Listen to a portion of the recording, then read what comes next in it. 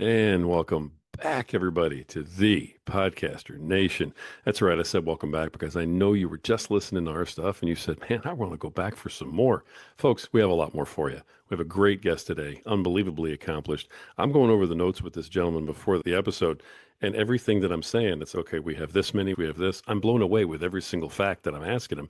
And he's just, yep, yep, no problem. You guys are going to love this guy. Folks, this is the podcast that is about podcasters. It's for podcasters. It's done by podcasters. My guest today is a podcaster. You cracked the code. This is the place, folks, where the rising tide raises all ships. So let's get sailing and introduce today's guest, the voice of compliance. And you're going to get to hear all about what that's about. Please welcome Tom Fox. Tom, how you doing? Great, Rory. Thanks so much. And I really appreciate being here with you today. Thank you for that. Appreciate it so much. I tell you what, we could start rolling right into your list of accomplishments. But before we do that, tell everybody, who is Tom Fox? What are you about? What brings you here today, brother? I'm a lawyer by professional training. My last series of jobs in the corporate world and as a independent lawyer involved corporate legal and regulatory compliance. And I was in the corporate world. Then I had a serious accident and I moved to the being a single lawyer focusing on that topic. I, because of the accident I had, I couldn't leave the house except to go to physical therapy. So Ouch. this is 2010. So I started utilizing social media, which at that point I knew nothing about. Twitter, LinkedIn, etc., Facebook. It's before Instagram. And believe it or not, one time Twitter was a business platform. And I started blogging and I blogged every day. But the podcasting was a natural extension of my blogging. And so I started the first podcast in legal and regulatory compliance in 2012. Legal and regulatory compliance. Now, I read that when I was looking at your bio, and I heard you just say it again. For those of us who are out there who don't quite know exactly what that means, obviously you're trying to keep people within the rules of the game. Can you give us just a little bit of an idea of what that really means, keeping companies in compliance? Sure, there is a U.S. law that prevents U.S. companies from engaging in bribery and corruption outside the United States. It's called the Foreign Corrupt Practices Act. That was my specialty or subspecialty. That is a multi-billion dollar industry. If you're not in that space, you've probably never heard of it. By the way you're shaking your head, I think you agree with that. Absolutely. Uh, but I played in that world. But things like export control are very big with this administration. Trade sanctions, that's all compliance. Anti-money laundering, that's all compliance.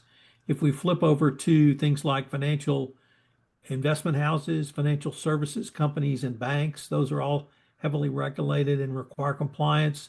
Things like data privacy and data protection, that's compliance. Things like Medicare and Medicaid billing, that's compliance. So I play in all of those spaces. Wow. Okay. And that gives us a better idea of exactly what this field is. For those of us who have never heard of it, you were completely right. I think everybody has probably heard of compliance. I think we get that there are rules that companies have to follow, but I'm not sure anybody can answer you past that. So you've made not only a career out of this, but you've turned this into sort of a super niche, the way that you've gone through it. Tell us about that. So I did the podcast. I started a couple of other podcasts. And in 2017, I got the bright idea that what we needed in compliance was a one resource for all things compliance in the podcast format.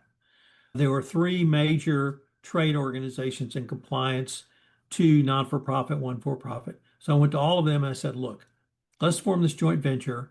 We'll do compliance podcasting. It will not take away from anything that you're doing.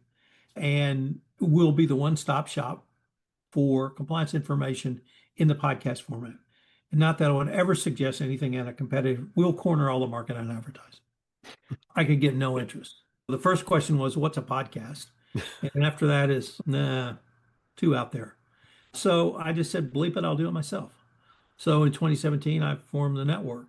And I had to beg, borrow, steal, pay to get people to start podcasts. I even had to pay my daughter to start a podcast. And so I kind of bumped along for a couple of years. And in 2019, I said, look, I either have to fully commit to this or move it to hobby status. And so I fully committed, quit practicing law, and bought all the cool toys, mics, and all that. Built this incredibly huge infrastructure. And at the end of the year, I made about $10,000. And I thought that was an interesting experiment. I guess I have to go back to practicing law. So I did that in Q1 of 2020. And then on March 15th, they shut the country down. So that ended sort of all work. And so I'm sitting around trying to figure out what the heck I'm going to do. And then on or about May 15th of that year, I started getting calls from every product provider in the compliance space. And these were almost all software companies. And they had the same question, which was, how long to get access to your network? And because of the work I had done in 2019, my answer was 24 hours because it was just a Wow. drop and drag or a plug and play. And even by that time, I had the largest social media presence in compliance. And my little world exploded. I went from 5,000 a month in income to 35,000 a month in income in 1 month. I went from 60,000 downloads across my network to 250,000 by August of 2020. And since that time, I've just tried to consolidate the growth, explosion of growth that I had at that time. Wow. That's so COVID actually helped you, Yes.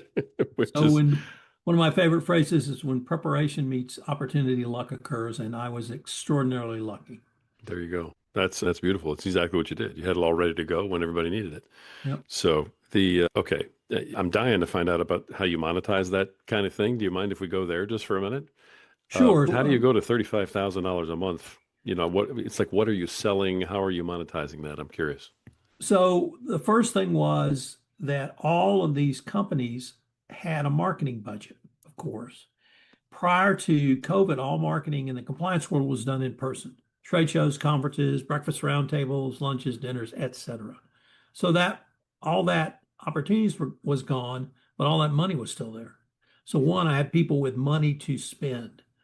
And so I had several offerings that I've kind of refined over the year. It's about six things now. You can come on my podcast for an appearance fee. You can come on my podcast for an appearance fee and sponsor the podcast. So you get an ad read. You can sponsor an individual podcast series. So I have 50 in the big network.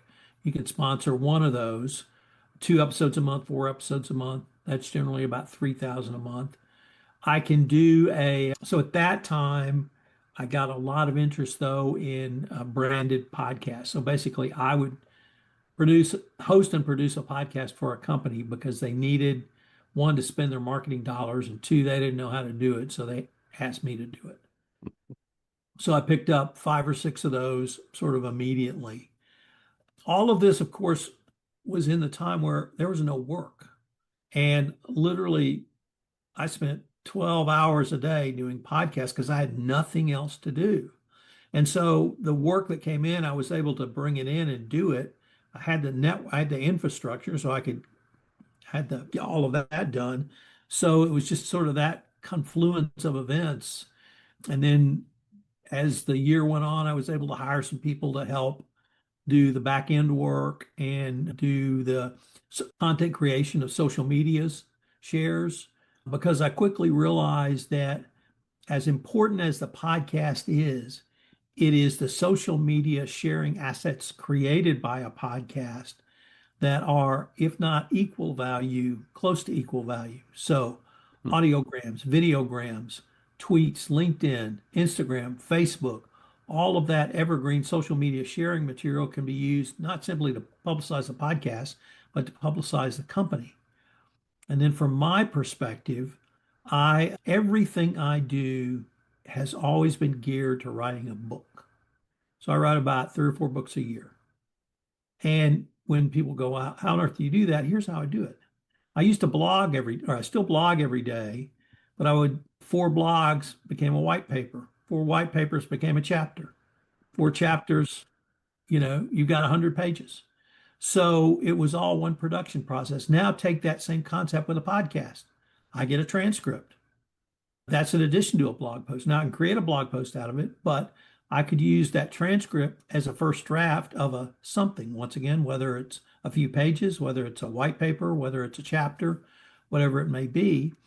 And so that was another deliverable I could give to customers, leading to my top service offering, which was what I call a podcast story, but it's essentially a five-part podcast series with one general theme, but five standalone episodes. It goes out over 5 days for maximum exposure. It's 15 minutes per podcast, and that's by design because I want to talk about one or two concepts only. And but when you put all five together, you've got a pretty deep dive into that broader topic. Together with that, I create about 12 or 14 assets per podcast for social media sharing. I write a blog from each podcast. I re-edit the blogs into a longer form white paper. And so I give all of that to the client. And that's a very popular offering. And then last year I had a business coach and he said, why don't you do that and write a book? And I thought, I'm doing that anyway. I'm just not charging for it. So now I do that same thing and I take a podcast and use that as a basis to write a book or write a book and then use that for a basis of a 10-part podcast series to publicize the book, but I get a sponsor for it. And those are, let me just say, extraordinarily lucrative. Nice. Nice. What, if you don't mind me asking, what's an example of a sponsor that you got for that sort of thing? I wrote a year-end book. I do an annual year-end kind of the year in review. I got a company to sponsor that, and they wanted a podcast series out of it. I wrote a book on the use of AI in compliance. I got a company to sponsor that. Okay. They weren't interested in the podcast, so I sold the podcast series separately to another company. And so we're in the middle of a 10-part series to publicize my book that somebody else is paying for. That's great. It's based on a podcast series. That's great. In terms of how you find these sponsors and these people who want to step up and sponsor these things, are you going to businesses that are related to the topics of the book? Are you going to referral network of some kind that you know already? Who are you approaching for that type of thing? Again, if you don't mind me asking, feel free to say, hey, I'm Sure. not going to give you any of the secret sauce, brother. No, there are no trade secrets in compliance. No, that's the beauty of my nicheness is I know everybody. Everybody knows me. I won Compliance Guy of the Year in 2016. I've won pretty much every award there is for writing or podcasting in compliance. So everybody knows who I am. And I can just email them or call them. Sometimes they call me.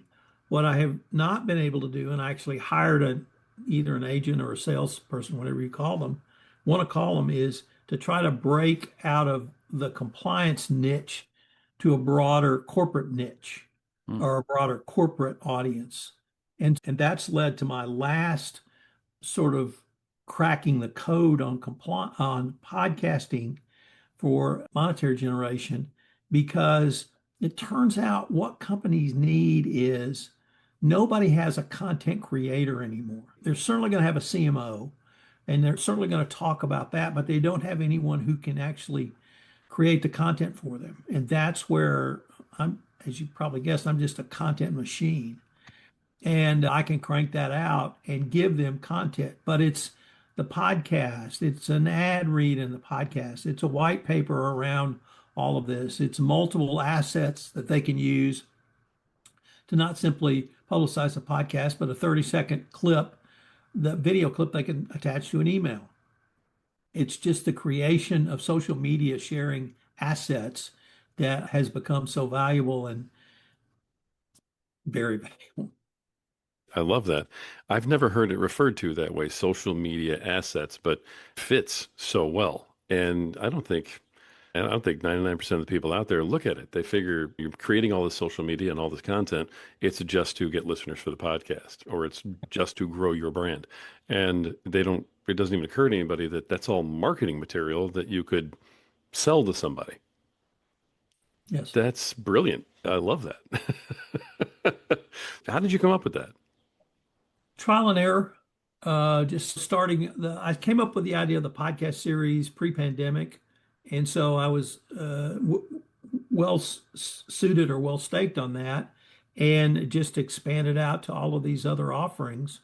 because the last one I just described to you is this kind of complete package. Two things happened. One is about 2 years ago, I finally cracked the code on numbers for podcasts. So obviously, downloads, certifiable downloads is something we all thought we were living with. It turns out that one, that's a meaningless measurement. It's just made up by these guys who think they want to set the standard. But even more important, nobody calls it the same thing. I may get these names wrong, but it's a listen on Apple. It's a download on Spotify. It's something else on iHeartRadio. If you're on a non-IAB certified platform, it's something completely different, but they're still listening. Now, if you go over to LinkedIn, Facebook, YouTube, it's engagement, it's an impression, it's a something. A couple of years ago, I finally figured out all of those numbers are available. And it just took me forever to find them, like in LinkedIn or Facebook or YouTube. So I was able to put a coherent set of numbers together that were audible. If somebody wants to audit them, happy to give them the numbers, my accounts to look at them. But the numbers even stunned me. So in 2023, I had about 400,000 IAB certified downloads across the network. I Wow. had 7.2 million hits of engagement across that network. And when I put that chart together, that got people's attention because they began to understand they don't have to listen to the whole podcast, do they? I'm like, no, you got a 60-second clip on LinkedIn, you're getting 5,000 listens. Who do you think they're listening to?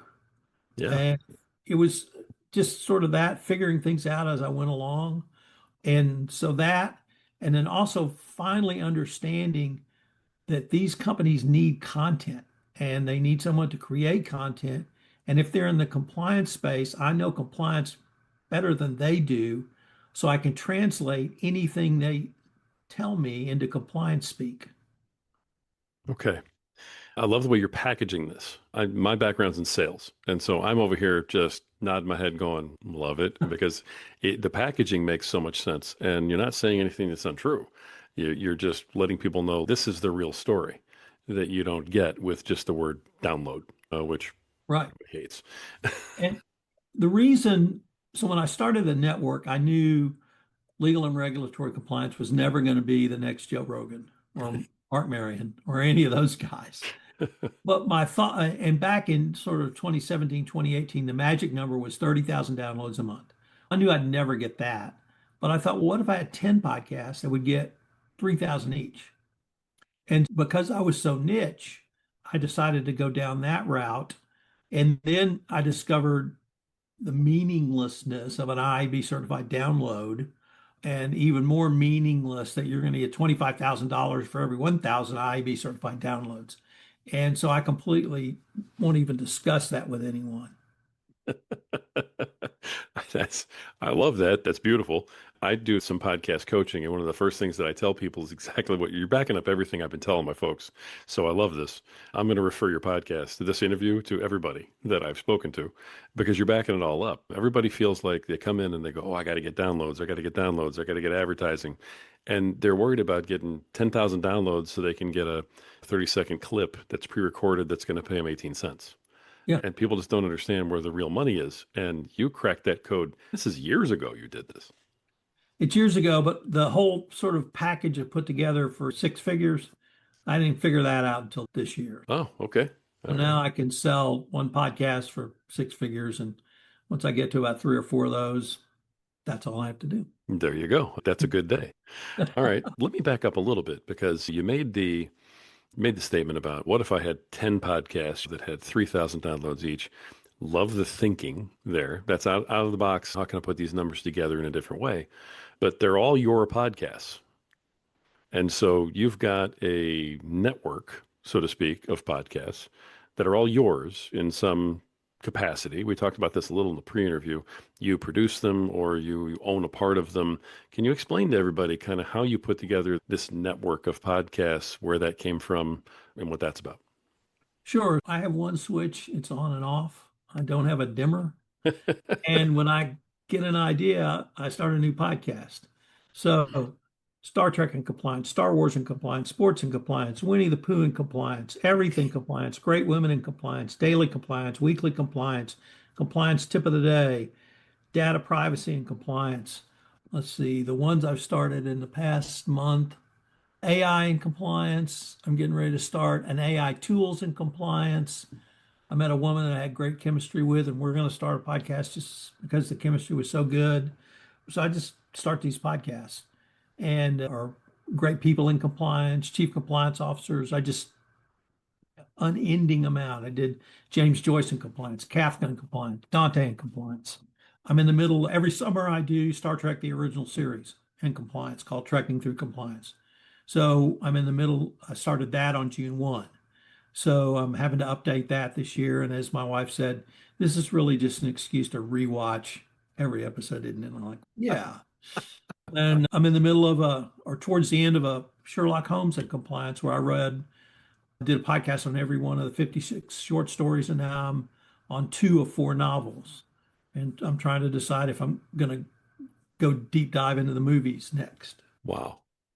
Okay, so for instance, because I'm a Trekkie too, so let's focus on that one. You're doing Star Trek in compliance. Right. Okay, the original series. Is the in compliance just to keep the category name going? There's no actual compliance for Starfleet. So, Oh, that's where you're my going goodness, wrong. you're doing compliance lore. I'm doing compliance lessons from Star Trek. So let me take tomorrow's episode because I just wrote the blog on it. Okay, The Enemy Within. That's the one where Kirk gets split in the transporter accident. okay. And he attacks Yeoman Janice Rand. And pretty clear he rapes her, or at least tries to rape her. Of course, that's not shown on camera or anything.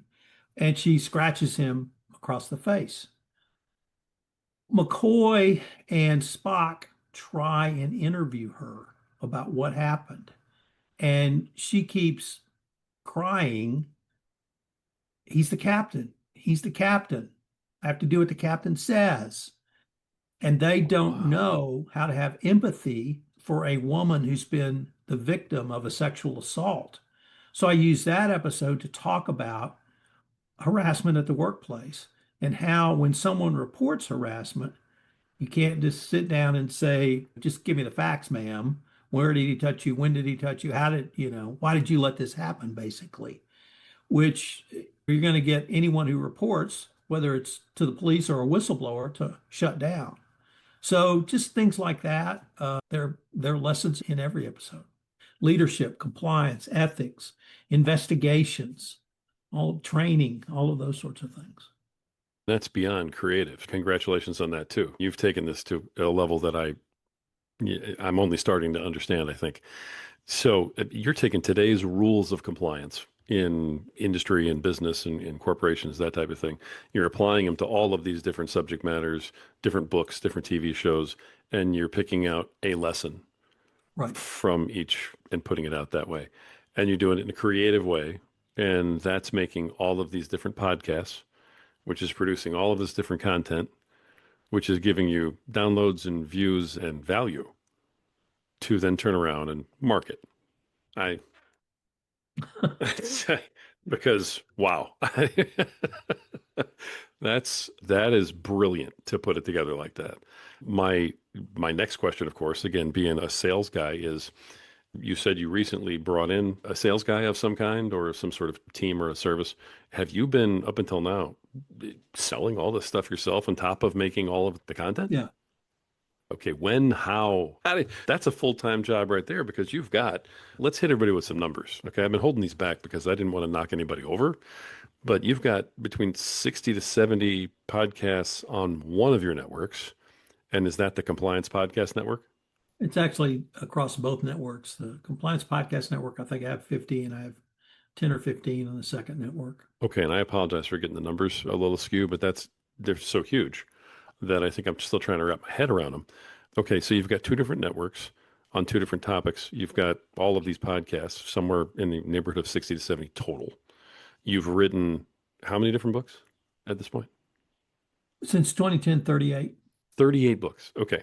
So you've done all of this. And then on top of that, and on top of producing, how many podcasts are you hosting right now where you're actually doing what I'm doing right now and sitting here and hosting the episode? 60. You- Sorry, I'm sitting here thinking I'm busy today because I have 8 interviews. You're putting out 60 podcasts, and on top of all of this, okay, on top of winning awards and everything else you're doing, you have time to go sell? Years ago, I worked for a company, and their sales philosophy is we will answer the phone if you call us.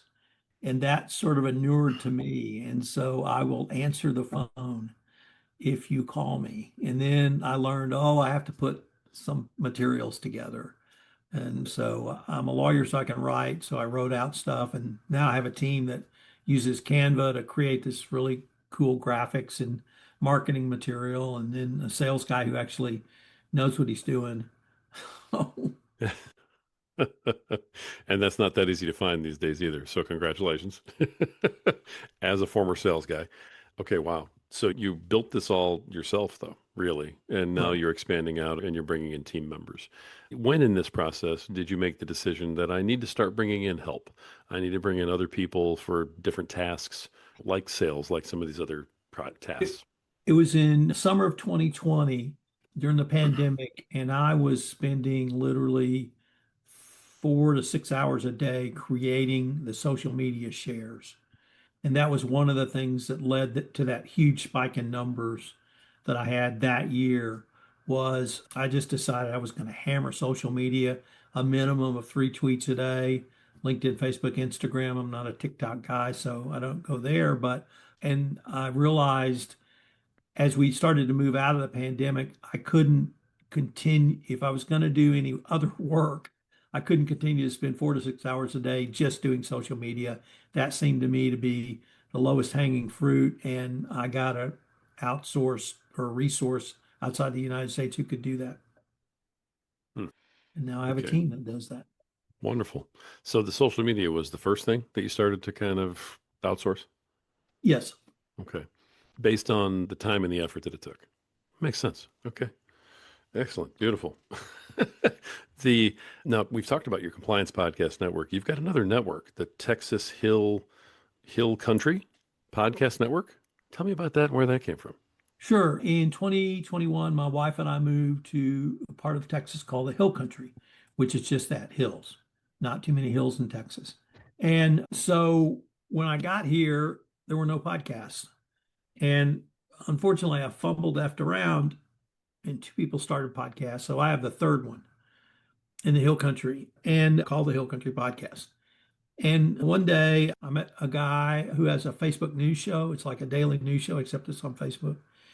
And he said, oh, I've got these other 2 guys who want to start a network. And you know about running networks. Why don't you guys get together? So we did. And these other 2 guys told me they had this idea. They wanted to start a Hill Country Podcast Network. And I looked at them and I said, the only thing I'm pissed off about is that I didn't think of this. So it's a rural part of West Texas, and most Okay. rural focused podcast networks have a very big anchor show, hunting, fishing, gardening, winery, whatever it may be. And that's the anchor, and everything else kind of feeds off that. I didn't think we would get that big.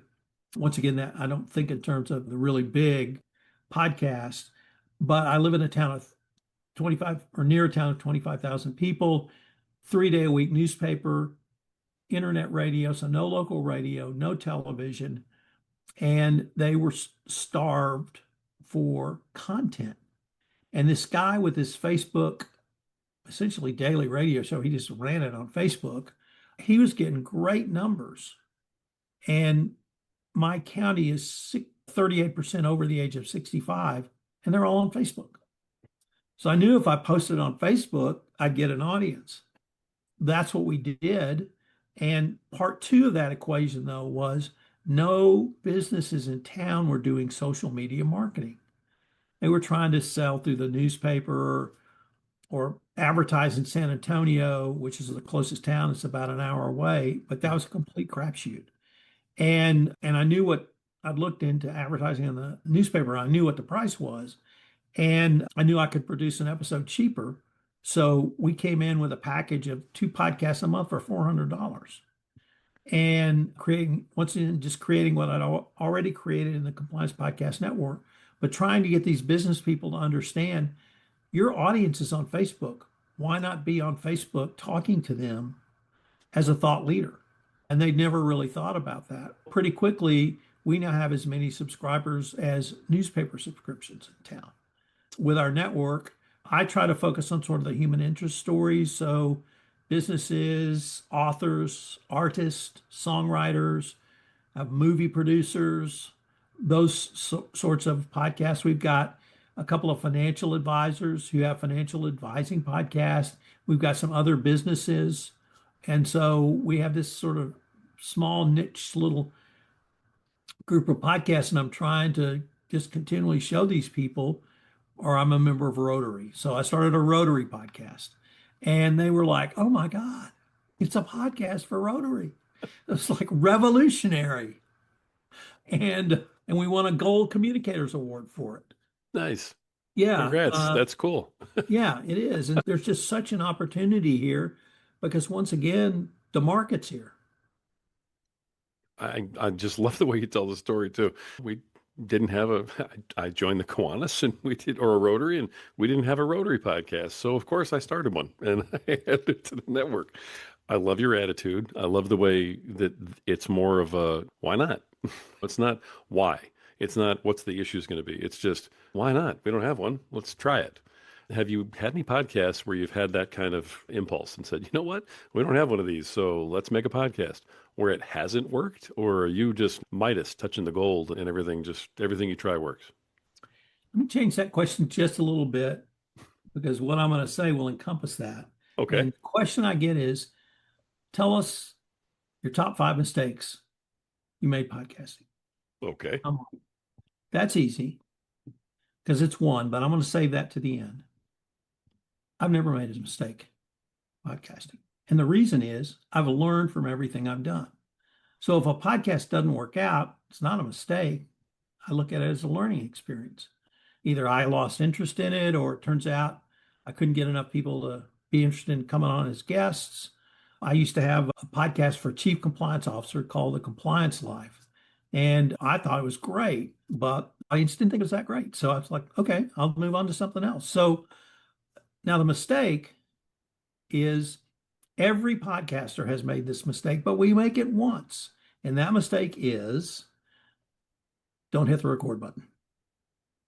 And once you fail to hit the record button once, you will never not hit the record button again. One time I flew up to Boston to interview a Harvard professor. I was so excited. He was great. An hour and a half. And we finished up, and I looked down and I went, why is the red button dark? And he thought I was an idiot. And he was right. But I learned always make sure the record button's on. Whatever I've done, I've learned from it. If it worked or didn't work, or if I need to do something different, someone told me even this last month, I'll keep my notes kind of down below. And when I need to refer to my notes, I look down and someone said, you're looking down too much. It's distracting. And no one had ever told me that before. And that's because I keep my notes below because I don't have a teleprompter and I don't know how to do a double screen of my notes contemporaneously with the picture. So I'm going to have to figure out how to do that. But, it's all learning. Nice. I like the way you rephrased the question. I was just curious, yeah, because you seem to be having all kinds of success, and some people do have the Midas touch. They just kind of have it figured out. They figured out their niche. They're going to keep going. It really seems like you have done that, and so congratulations with what you're doing. I'm assuming at this point that the goal is to continue to build, continue to add more shows, continue to grow, or is there a different end game in mind for Tom Fox and the networks? At some point, I'd like to cash out on all this, but I'm in no hurry to do that.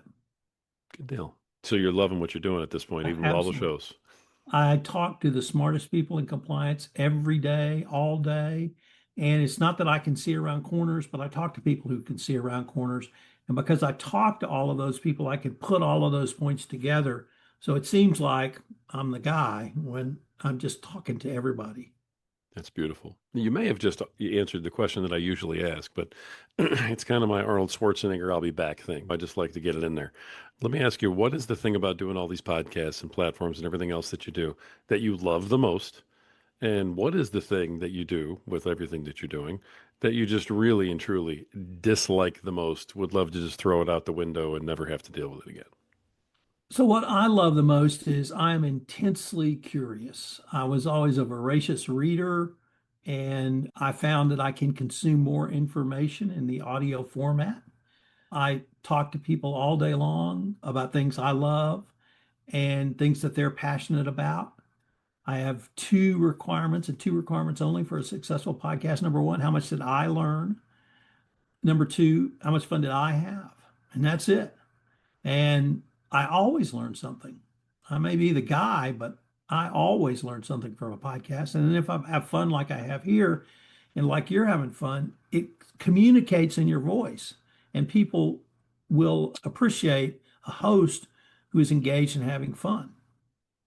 That's awesome. I appreciate that too. Thanks.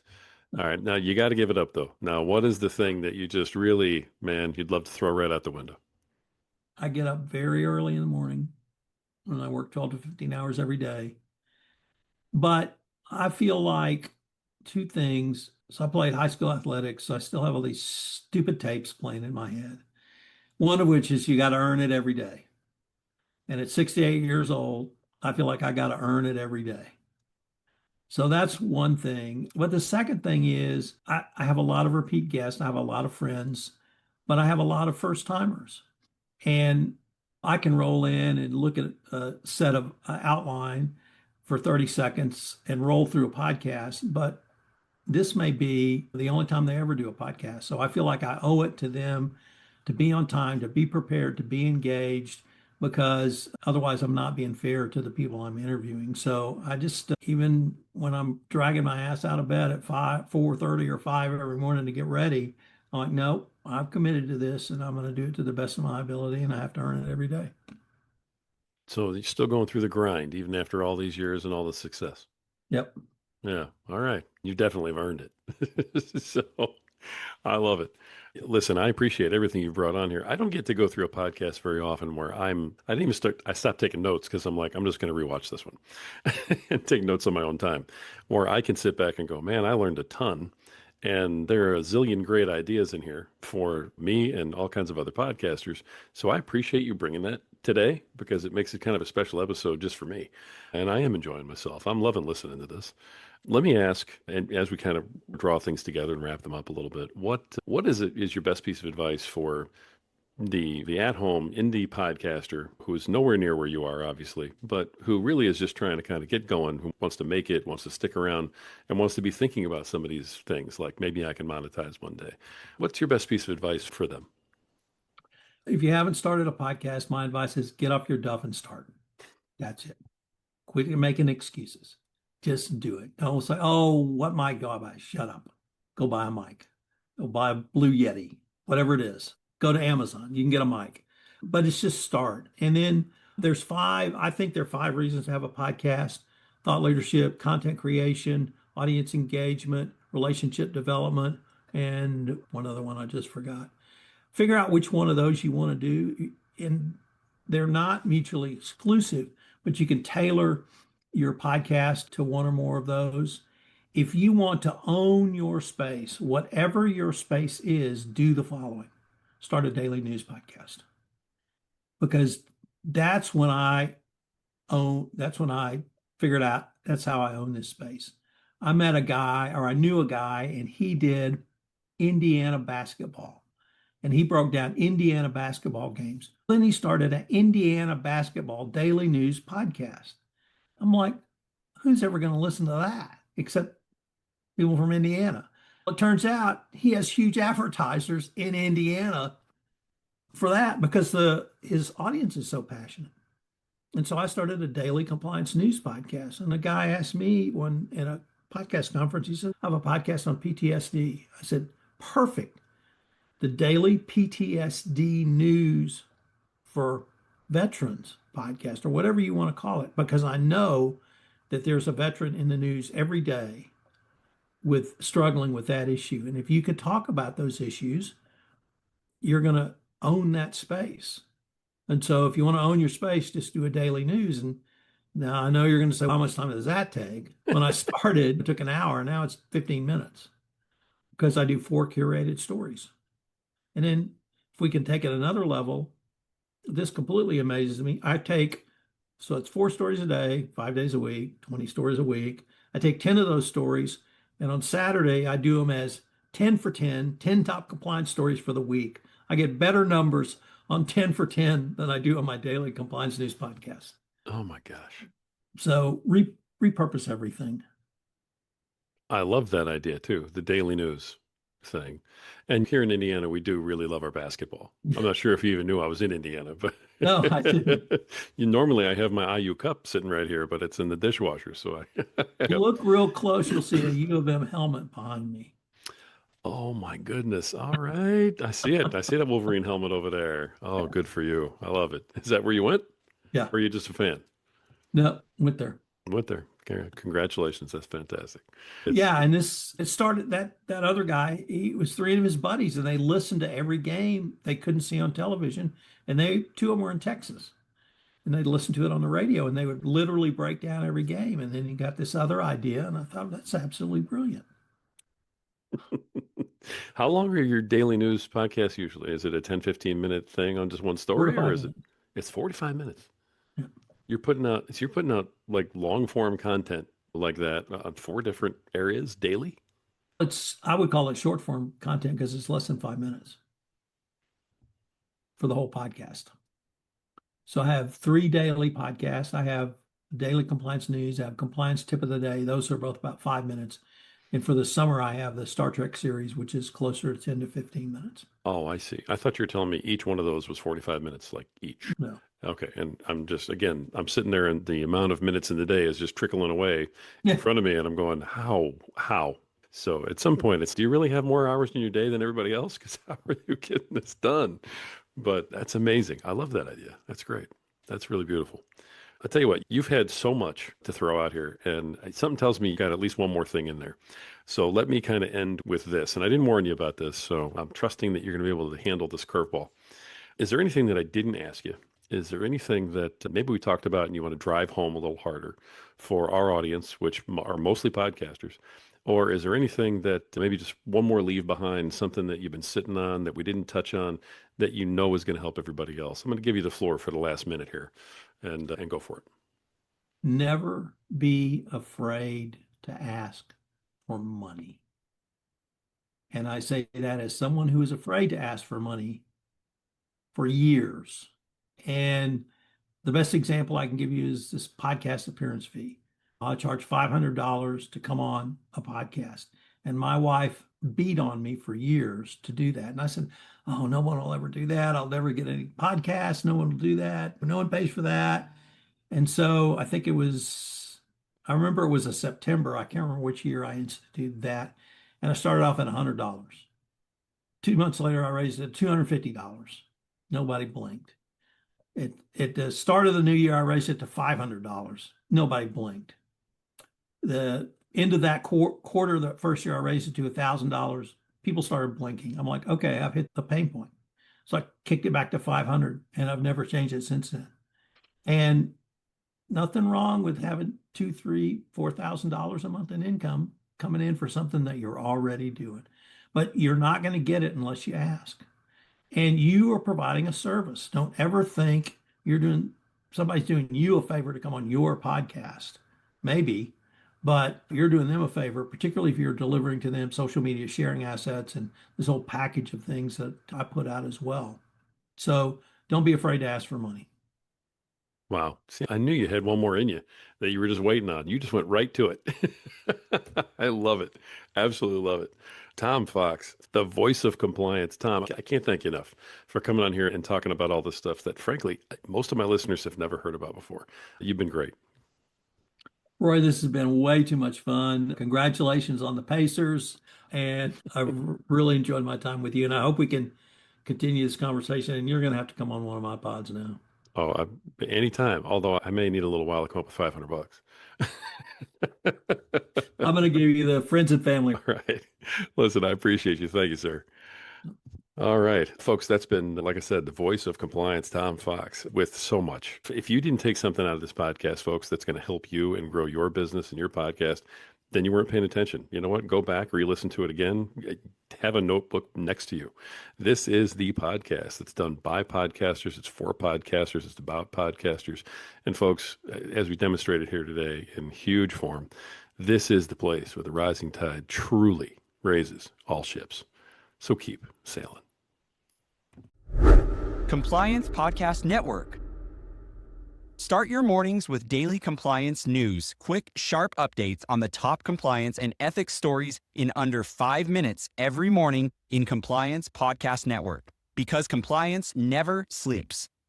Need practical advice fast? Check out Compliance Tip of the Day, one actionable idea to level up your program. Short and sweet, every day on Compliance Podcast Network. Got 10 minutes? We've got the week's top 10 stories. 10 for 10 brings you the big compliance headlines. Fast, fun, and focused. Every Saturday on Compliance Podcast Network. And don't miss the Sunday Book Review, where compliance meets culture through must-read books and big ideas every Sunday in Compliance Podcast Network. Whether you're in the office, on a walk, or commuting, stay smart, stay ethical, stay tuned. Only on the Compliance Podcast Network. Available wherever you listen to podcasts.